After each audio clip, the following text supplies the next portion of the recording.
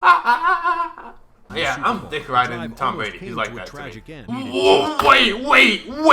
What was that? What was that? What was that? What was that?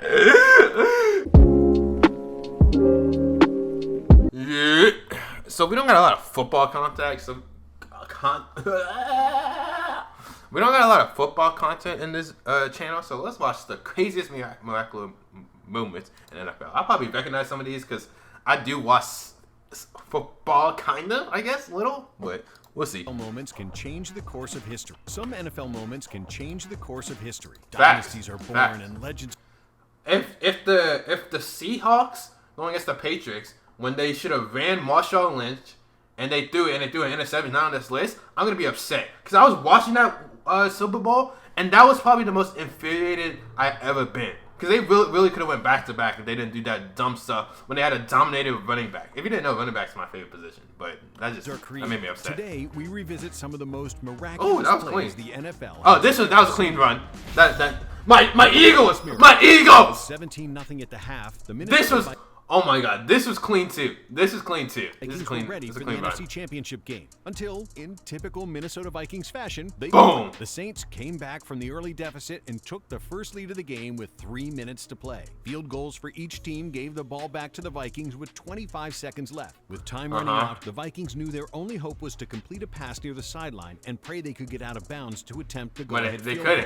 No one was prepared for what was to follow. Quarterback Case Keenum looked in the direction of Stephon Diggs near the Stephon Diggs. That's the man that's about to correct. Remember that name, chat. That is the man that's about to make this amazing play. Sideline, and Saints rookie safety Marcus Williams was in the perfect position to make the play on Diggs to end the game. Then, the unimaginable. Williams seemingly ducked out of the way, and Diggs was as surprised as anyone when he saw that there was nothing but green grass between him and the end zone to score the first ever walk-off touchdown in NFL postseason history. Mile-high miracle. Peyton Manning. The first ever walk-off. Dang. I don't remember when that was, but that's still crazy that's the first ever in NFL history. Manning was playing his first season. Then again, this channel, they be capping sometimes, so, hey, I don't know. Let's keep it like that. Let's keep it above. But even the great Peyton Manning couldn't possibly see what was to come. He led them to the best record in the AFC. After a first-round bye, they hosted the Baltimore Ravens in the divisional round. The Broncos were in control heading into the final stages of the game, winning 35-20. With the ball in the final 2 minutes, they decided to kill as much clock as possible and punt. The Ravens had no timeout. With 2 minutes left? That's risky. That's risky. I would just keep running, but maybe they're on the fourth down. Defense. With less than 45 seconds on the clock, facing 3rd down and 3, and Joe Flacco went for it all. A blown coverage by the Broncos secondary allowed Jacoby Jones to get behind them and score the game-tying touchdown, sending the game into overtime. A Peyton Manning interception in the second overtime period allowed the Ravens to get into field goal range. Because I was about to say, if you just get an interception at field goal, you win the game, right? Justin Tucker converted the 47-yard kick and sent the Ravens to the AFC Championship game. Music City Miracle. That's tough. In 1999, the Titans played their first ever. Okay, we're getting into some unknown territory. I don't really watch old football. I watch a little basketball. 13-3 season, the Titans faced the Bills in the AFC wildcard game with just 16 seconds left. Can someone explain me the wildcard game? I don't really understand that. Please, thank you. No timeouts remaining. The Bills opted to kick the go-ahead field goal on 3rd down to put them up 16-15. Bills players were celebrating on the sideline, and they were on their way to the next round. Little did they know the Titans had prepared for this exact situation. Head coach Jeff Fisher had installed the perfect special teams play, and the Bills wouldn't know what hit them. The kick was fielded by Lorenzo Neal at the 25, who pitched it back to Frank Wycheck, who threw it across the field to Kevin Dyson with a lane and blockers in front. Dyson took it 75 yards and scored the game-winning touchdown, sending shockwaves. It actually worked. If that wasn't bad enough, the Bills failed to get back into the playoffs for 18 years. After that, Jesus. I don't even care about the Bills. Eli Manning may have been a middle-of-the-pack quarterback during the regular season, but the postseason is when he played the best football of his career. The 16-0 New England Patriots came into this game as overwhelming favorites. No one in. I mean, it's fucking Tom Brady. Tom Brady is the GOAT. Like, there's no but in a what. He's the GOAT. And he's number one. It's that simple. In their right minds picked the Giants to win. The Giants, Yeah, on the other that's hand, fair. were the 5th seed in the NFC and coming off a narrow overtime victory over the Packers in the NFC Championship game. It was a very low-scoring game heading into the final 2 minutes. The Patriots led 14-10. The Giants That's surprising, only that much. 16-yard line with That must have been the Giants. Did I say the Colts? I meant the Giants. The Giants' defense must have been crazy because the opportunity to win the yeah, Super I'm Bowl. dick The riding drive Tom almost Brady. came He's like to that a to me. tragic end when cornerback Asante Samuel had the ball in his hands. But luckily for Eli and the Giants, he dropped the game-winning interception. Then the following play would send shockwaves around the world. The Patriots defense had Eli Manning within their grasp, ready to sack him. But somehow he managed to pull away and throw a 40-yard bomb to David Tyree. Boom! Oh! The defender all over him. The Giants went on to score, become champions, and the helmet catch would go down as one of the greatest plays in history. That is a good catch. The fact that you have to keep it on your helmet and then you have to bring it down with all the contact and keep it like in possession. That's an amazing catch. I'll give him that. I'll give him that. 49. The New England 49 Patriots versus the Oh no! This is the fucking play I'm talking about. champion Seattle Seahawks. The Oh my god! I've never been so furious at this. This is probably the maddest I ever got over a sports. Arguably the worst play call in NFL history. Tom Yes. Brady and the Patriots were down by 10 with 9 minutes to go. The Seahawks boasted the #1 defense and the #1 rushing attack in the league that year. Both recipes to hold on to a lead in the fourth quarter. But when the GOAT is on the other side, you just know you're in for a nail-biting finish. 2 touchdowns in the next 2 drives gave the Patriots a 4-point lead with just over 2 minutes to play. Undrafted rookie Malcolm Butler had come into the game in the second half to replace Kyle Arrington, who was struggling all night. On the last drive, Butler was targeted again, and it appeared as though he had made another important play to break up the pass. But the ball bobbled on Jermaine Kearse's legs, and he made the catch while on his back. The Seahawks had the ball on the 6-yard line with plenty of time, and everyone knew exactly what should happen. Give it to beast mode. He was stopped on the 1-yard line. Then came arguably the worst play. What's called? This is the one. Oh my god! This actually infuriated me. Like remembering this now, watching this with my dad, made me upset. Actually upset. In the history of sports. Instead of giving it back to the best power back in the league, they decided to put the ball in the air. The play was read perfectly. The Patriots were ready. Malcolm Butler jumped the pass and intercepted it to end the game and seal the Super Bowl for the Patriots. The comeback. That was so dumb. To this day, that is actually one of the dumbest plays I ever experienced while watching sports. Like, if you watched that Super Bowl, you would understand everyone's frustration. Famed quarterback Warren Moon had the Houston Oilers up 28-3 at halftime. They were ready for in the AFC divisional round in 1993. On the other side, the Buffalo Bills had backup quarterback Frank Reich, who was starting his first game that season. The second half couldn't have started in a worse way for the Bills. Reich threw a pass that bounced off of tight end Keith McKellar into the hands of I figured it was like some silly interception that happened. 35-3. But Reich was no stranger to massive comebacks. In college, he replaced starter Stan Gelbaugh to come back from a 31-0 deficit and win the game 42. That's impressive. 40 against the Miami Hurricanes. Reich had been here before, only now the stakes were much higher. This time when the Bills got the ball back, and he had 42. No mistakes. Reich was flawed. That's what, 6 touchdowns? Scored 28 unanswered points to make it a 4-point game heading into the fourth quarter. With just 3:08 into the fourth Reich quarter, threw a 17-yard touchdown pass to Andre Reed to take their first lead of the game. The Oilers, who were outscored 35-7. I never heard of the Oilers, I'm not gonna lie. They must be another team now. Evan in the second half needed to come up with something if they wanted to save their season. Moon answered, and he led the Oilers 63 yards to score the game-tying field goal and send the game to overtime. Houston won the toss and got the ball. After just 2 plays, Moon threw an interception in Oilers territory. Boom! Face mask called on the offense placed the Bills on the 20-yard line. 2 short runs later, Bills kicker Stephen Christie stepped up from 32 yards and you got that, my boy. Yes, sir. Back in NFL history was complete. Immaculate reception. Nah, that's fair. That's fair. That was that. I'm not gonna lie. These are some impressive comebacks or miracle plays type beat.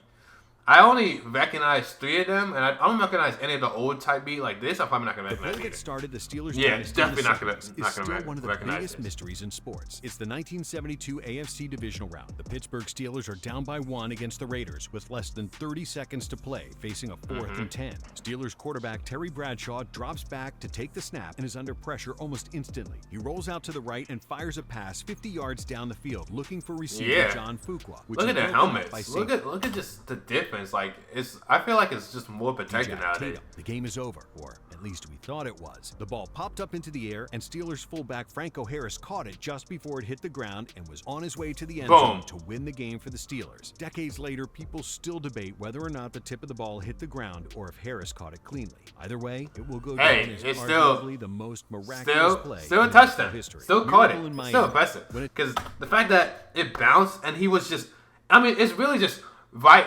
person, right time type beat. Because like maybe if they had another play, they would have just let that go. He was there to catch it and still push off the other,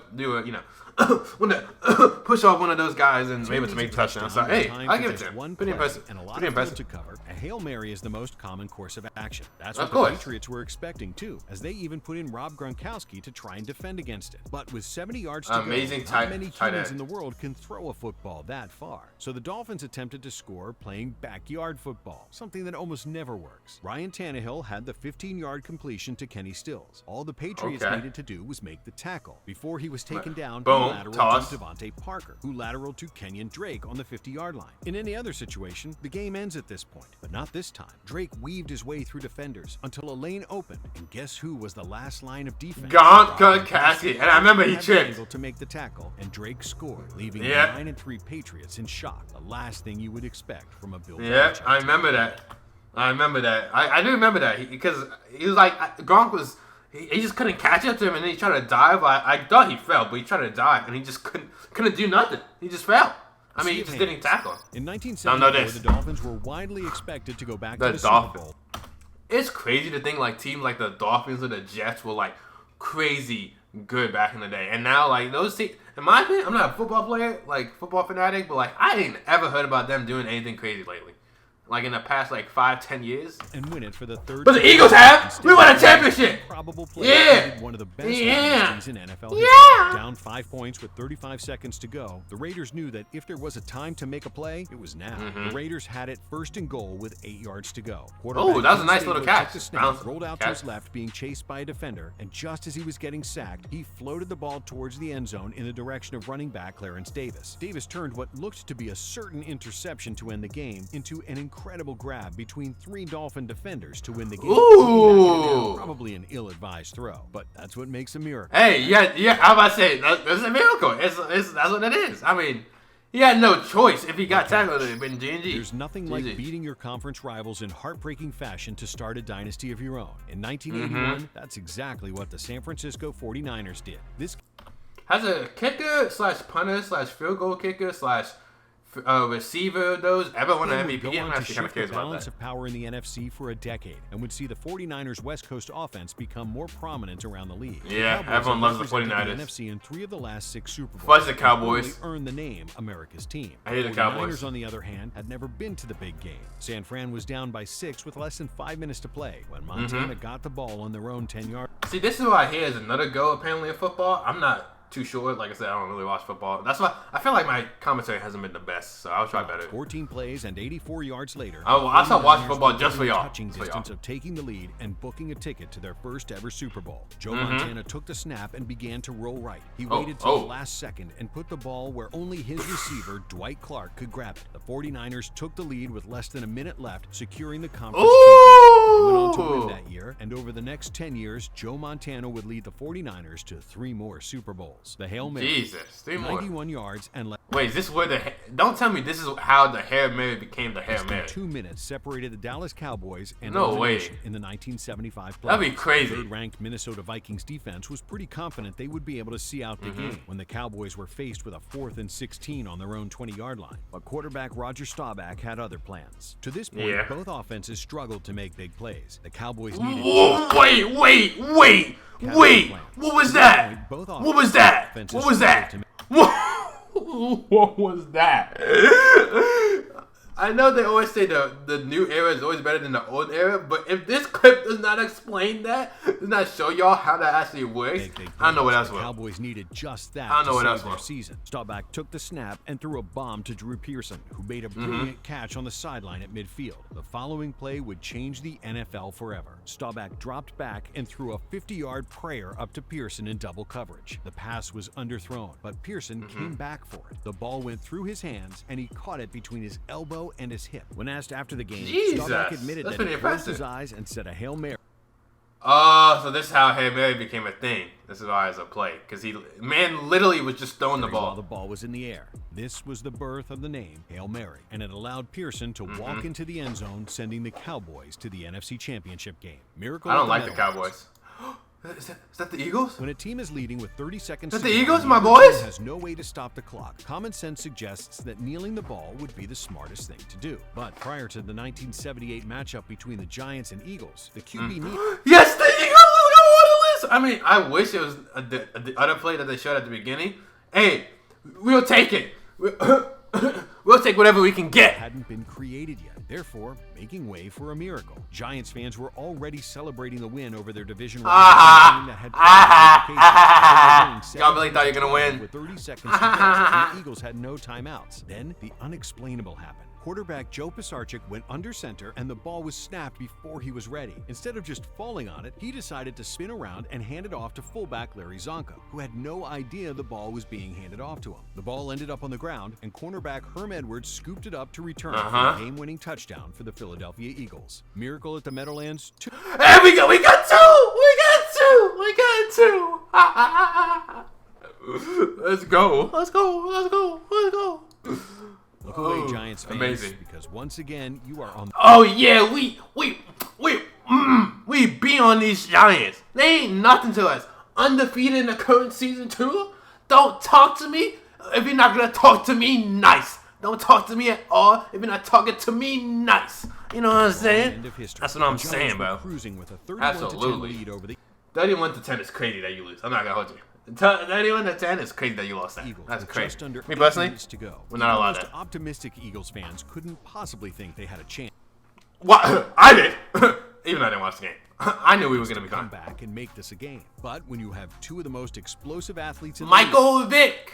Not a, league and Michael Vick move and on. Deshaun Jackson, the impossible becomes a little more realistic. Vick threw a 65-yard touchdown to tight end Brent Selleck to bring the game within 14, and a ballsy decision to go for the onside kick paid off. The Eagles recovered with 7:20 to play. Wait, that was actually a nice little onside go kick. for the onside Because as kick soon as they paid passed off. The that Eagles line, recovered they're with good. 7:20 to play in the game. In just 6 plays from scrimmage, the Eagles were back within 1 possession. Oh, tying touchdown. the game. Now it was on the Eagles' defense to try and get a stop to give their offense one last opportunity to go down and complete this incredible comeback. Oh, okay, look. Obliged. Vick and the offense got the ball back and drove down 88 yards and tied the game with a minute to go. Yeah. The Giants went 3 and out, and they would punt to Deshaun